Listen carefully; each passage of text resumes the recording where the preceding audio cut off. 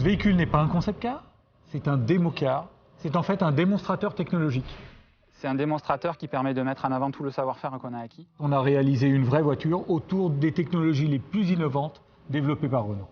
La philosophie, c'est de proposer à l'entreprise une somme de briques technologiques qui vont permettre des ruptures en allègement et en aérodynamisme et ainsi contribuer à l'atteinte de nos objectifs d'émissions CO2 qui se sévérisent fortement à l'horizon 2020. EOLab, c'est une vision de ce que pourraient être les Renault du futur. C'est typiquement de l'innovation à la Renault. C'est un véhicule extrêmement sobre puisqu'il atteint une consommation normalisée de 1 litre au 100 km, sans transiger ni sur la séduction du style, ni sur la qualité des prestations, ni sur le coût de possession à terme de cette voiture. On a mis l'accent sur trois piliers. D'abord, on a allégé la voiture, on l'a aérodynamisée et on y a adjoint une chaîne de traction hybride, dite ZE hybride. ZE hybride sur EOLab est l'association d'un moteur thermique d'un côté et d'autre part une chaîne de traction hybride avec une autonomie électrique très importante, jusqu'à 60 km.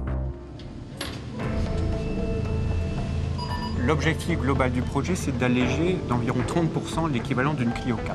Il a donc fallu mettre en œuvre 4 familles de matériaux, de l'acier, de l'aluminium, du magnésium, des polymères.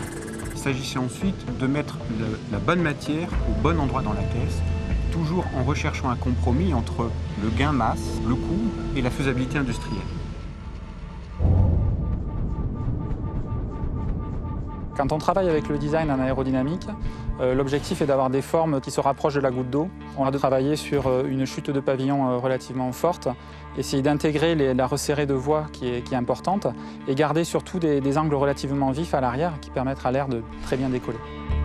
La traînée aérodynamique sur Super Alma est énormément réduite. On représente à peu près 30% de réduction par rapport à une Clio 4, soit environ 6 à 7 grammes de réduction de CO2 par kilomètre, ce qui est une valeur vraiment énorme. La contrainte, c'est d'être capable de travailler dans une longueur de 4 mètres, un profil aérodynamique qui fonctionne.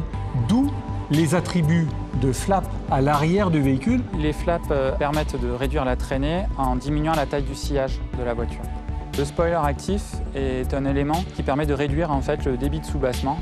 Les jantes actives, c'est un système qui permet d'optimiser l'aéro quand les freins ne sont pas sollicités et d'ouvrir la jante quand les freins seront chauds et auront besoin de refroidissement. On atteint une performance vraiment exceptionnelle en appliquant finalement des recettes qu'on a mis des années à maîtriser.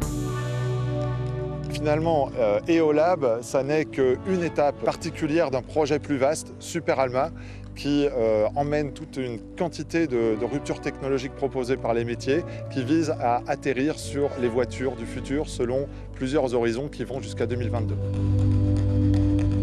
Ça a été une aventure humaine. J'ai découvert un Renault capable de se mobiliser, de souder les hommes et de les challenger autour d'un objectif, de se surpasser, d'arriver à des choses presque impossibles dans des délais incroyables.